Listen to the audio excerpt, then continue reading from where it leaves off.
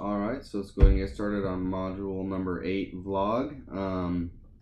Hello, Dr. Babin. My name is Jay Colsey. Today is April 24th. It is 4:49 p.m.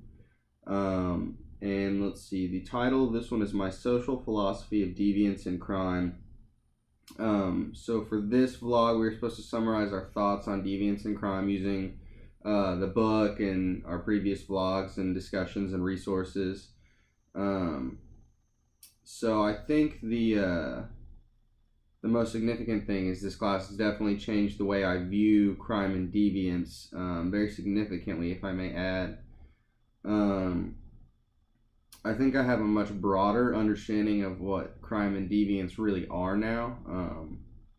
Whenever we think of crime, we think of murders and rapes, and we think of violent crimes. We don't necessarily think of like the white collar crimes as well.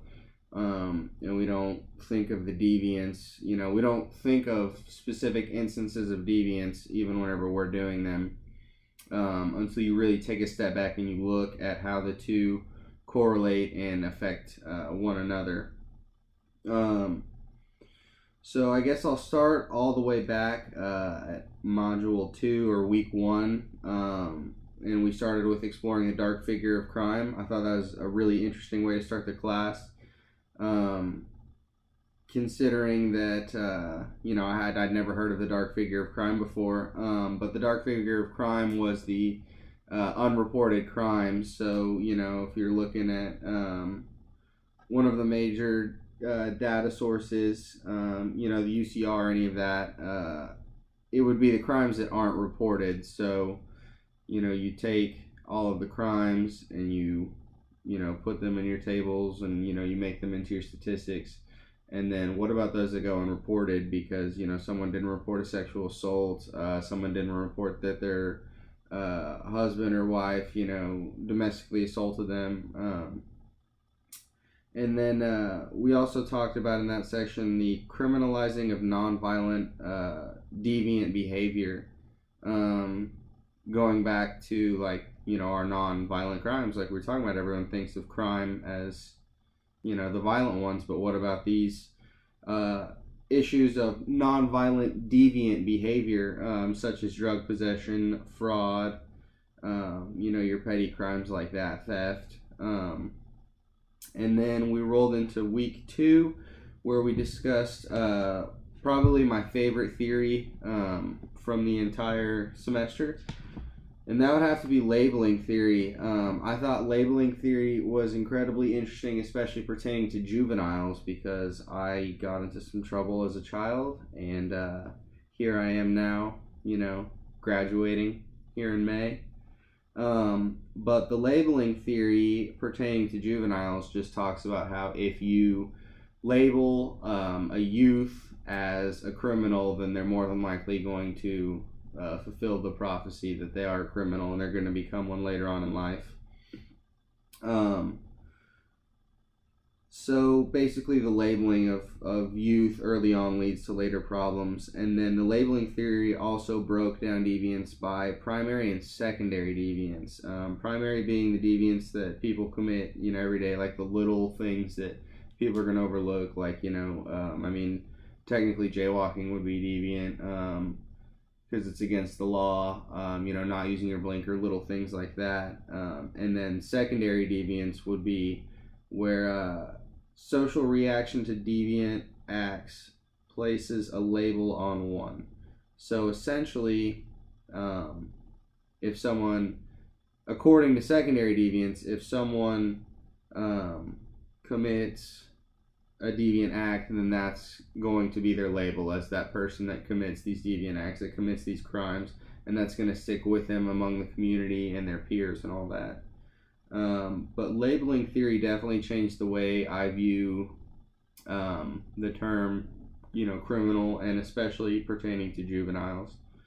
Going into week 3, another interesting week. One of my favorite parts of this was the discussion of strain and how strain affects individuals and then society as a whole, and whether or not we should, shift to helping with that strain on the individual. But So the question was, do you believe it is the person's responsibility to cope with his or her surrounding, or for society to address the strain being created? And after looking back, I still feel the same way that I did at the time of the discussion, which was that I think that it's the responsibility of the individual to cope with that strain.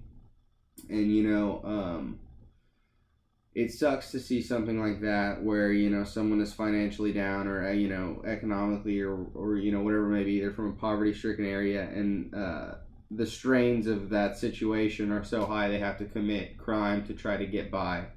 That's a tough situation to deal with, but I do think it's the responsibility of the individual, because I think everyone can be a contributing member to society, and I think everyone should be a contributing member to society. So I do think it's the responsibility of the individual. And then we went into week 4, module 6. I want to say this is the one right after spring break. In our discussion, the question of whether or not we as a society are becoming harsher in our attitude towards criminals arose. That one definitely hit home for me because my father got locked up in a federal penitentiary for 5 years. And so when he got out, watching him try to get work, being labeled a criminal was rather tragic, honestly. Like, he went in for white collar crimes, but whenever he was applying to jobs, people saw a big, muscular guy, and they assumed that he went in for violent crimes whenever he had to check that box of, yes, he had been to prison before. So, yes, I think we're much harsher in our attitudes towards criminals because, I've seen it firsthand, but then we also discussed it in some of our readings. In that week, we also discussed issues over policing and how, it started off as bureaucratic and this, that, and the other, and like the shifts we've had. Policing is hard one way or another. Like, there's never an easy solution to it, whether you put more police in crime-filled areas or you try and, distribute it evenly. There's always going to be crime, so there will always be a need for police. So bridging the gap between police and community should be on the top of the list, but understanding how policing really works, that should, come first and foremost. Let's see, and then we had, so that was module 6, and then we headed into module 7, which I actually just did that vlog today as well. Turned that one in a couple hours ago. So we discussed critical race theory, and I thought that was, this was one of the harder sections for me as far as like understanding the reading goes. But I did think it was very interesting as far as how the critical race theory approaches, the way that it enforces the law, the way that it is the law, and then how the sentencing works based around that. And I had, in our discussion in that last vlog, I had agreed and said that